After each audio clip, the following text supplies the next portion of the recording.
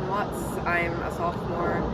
My pronouns are she, her, hers, and I attend Riverdale Country School. My name is Josiah Air. I am in the 10th grade, sophomore, and I go to Horseman School. I'm Brie Bernard. I use she, her pronouns. I'm a junior at Fieldson. My name is Yahaira Felice. I use she, her pronouns. I'm a senior at Riverdale Country School. Hi, I'm Tamia McCode. I'm a senior at Fieldson and I use they, them pronouns. For many, coming out is painted as an integral part of the queer experience.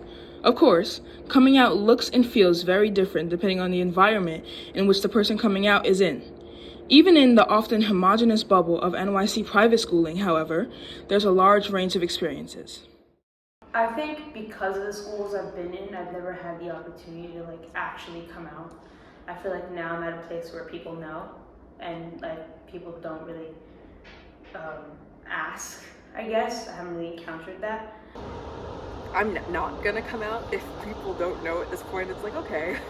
I mean, if you want to know, I guess you can ask. I think for me, I came out at a very weird time. I think I was one of the first people in my grade to actually come out, so it was a lot more isolating than I think it would have been had I come out maybe as a 9th grader.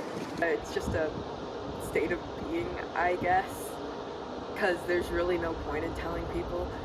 Even my parents, really, if I go home with a girl one day, I'm gonna be like, hey mom, this is my girlfriend. Deal with it. I didn't feel very well supported by the group around me, my peers, but I also think that could have just been a time issue. I don't know if I'm being overly generous in saying that the homophobia that I experienced only happened because of the time that I was in, but I don't know, half of me thinks it's that. I feel like now, at least at Fieldson, is a pretty prime and supportive time to come out, but I don't think back in middle school I had the resources. People here are weird, and they really only people really only so they don't really support you. They're I want a gay best friend. In my old school, which is also predominantly white, private institution, I sort of struggled a lot more because I had feelings and I didn't know how to process them really because of the environment that I was in. Didn't allow that, and there was another student who also came out in that environment, and she wasn't treated the best, sort of scared me away from wanting to even associate myself. You're ally, fake allyship, you know. The overarching goal of me making this documentary is to give queer Black students a voice to inform the general public about our experiences. Too often, our voices are either silenced or tokenized to make our institutions feel better about themselves. These voices are crucial if we want to begin doing the hard work of deconstructing the oppressive systems that plague the private school system. Often, I feel like I'm tokenized in a way, just being masculine presenting as well, just being the only stud here. It's it's pretty weird, and it's I feel like everyone kind of looks to me to speak on that experience. So it's there's good where it's I find people who have similar experiences with me. Because I surround myself with people who are like me, you know. So most of my friend groups are POC Black people who are part of the LGBTQ community. I'm able to connect with the queer Black community at Fieldson. There's also bad because there's the white queer community at Fieldson. Never check all of the boxes. You're always gonna be if you're in a queer space, you're always gonna be yes, I'm queer, but I'm not white queer. I'm not a man in queer. We have different experiences. You have to accept that. You have to actually be open to that in order to have good dialogue. I think the queer community here, QSA, for example, just to make it clear, I think they're you can tell it's very white centralized group. The people specifically who run QSA are white. The majority of QSA is white. White gays at this school. The white queer women here, they're kind of strange. I'm not they're just strange. I'm gonna be honest, the majority of people who are supported are white lesbians in this place. Ooh, Haley Kiyoko. No, Haley Kiyoko, King Princess! The white gays at the school love be oh no, it's just gay lingo. No, absolutely not.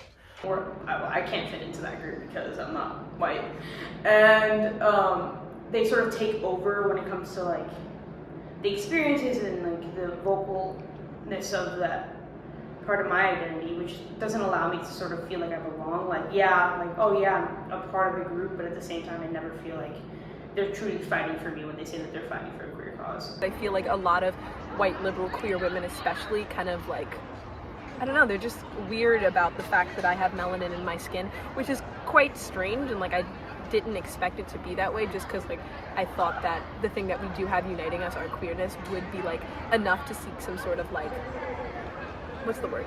I don't know. It's enough to create some sort of connection that is just like not existent in this community.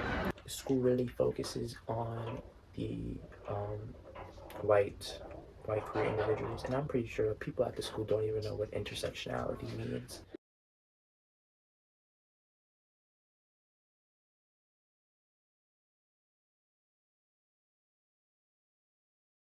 As a member of the queer community within the Black community here at Philston, I feel really, really supported.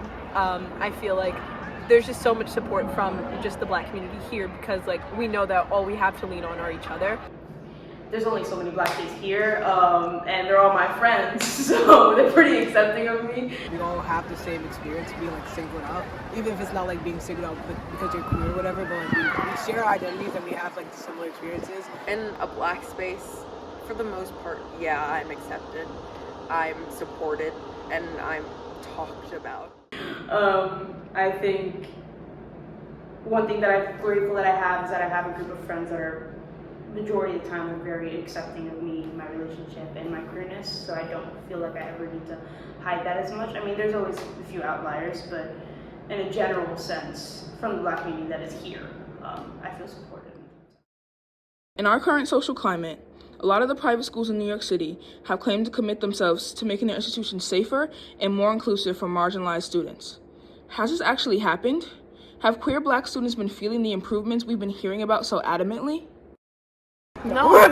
Not at all. Like I don't even have much more to expand on. Yeah. Just no. No. Oh, absolutely not. No. You're the token, but then you're also like the creator of every single event that has to go on, every single conversation that has to happen has to surround you at all times, which is so exhausting, and I can't. It's just tiring. Like you're literally all adults. Like you can do this yourself. Yeah. There are people hired to do that, Exactly. and they don't do it. Like why am I doing your job for you? I could go on about this, but the answer is just no. Like it's just straight up no. Although so much of the queer Black experience is painful, there is so much joy that is never captured. Queer Black joy is so important.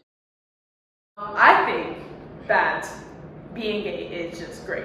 I think being queer is great. I think it brings some spice. It makes you happy. You know, I just think it's amazing. If you're Black and queer and you're watching this, like you're beautiful, your experiences are so valid, and like these spaces will definitely make us feel like we're like not really worth it, but we definitely are. We bring so much value to these spaces, and like literally, Philston or like any other fucking PWR you're in, like it wouldn't be the same without you. So you know, you're valid, you're cool, and fuck these people who don't think so. That's my message. No bleeps, no cutouts.